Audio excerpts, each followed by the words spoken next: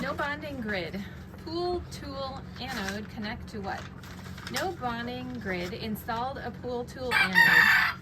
But should I connect the bonding wire to the pool bond connector, the pump ground nut to make it more effective? Will it help to protect the replacement Pentair 400 that I just installed?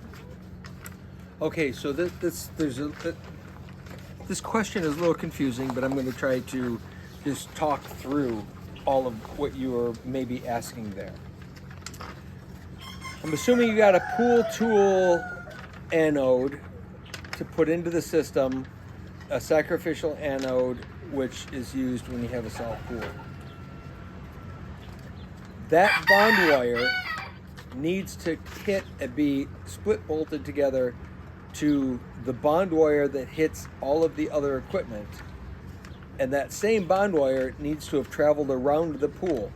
Now granted, maybe there's not an equipotential grid attached to that bond wire, but that bond wire, by law, is supposed to be more than 18, not more than 24 inches away from the pool.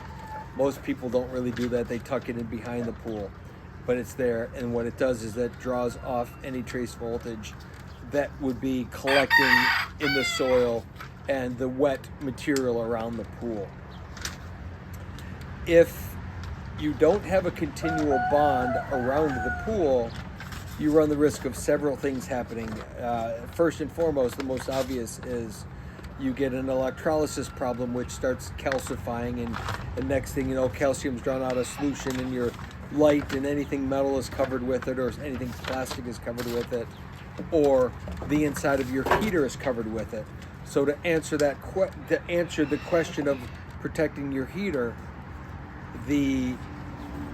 if the bond is continuous and it can go to ground, you're going to protect your heater.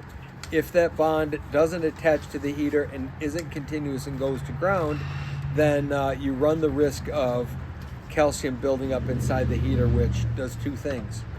Number one, it's a pain in the butt. It makes the heater a lot less efficient, but it coats the inside of the copper, which means now the heat can't escape into the water. It can't pass from the exchanger into the water, which makes the internal temperature of the heater go up, which then makes the high limit switch activate, shutting the heater off, and you have this problem. The heater starts clanking and banging and making noise and shutting off, and literally I had a heater this spring that wanted to jump itself right off of the filter pad.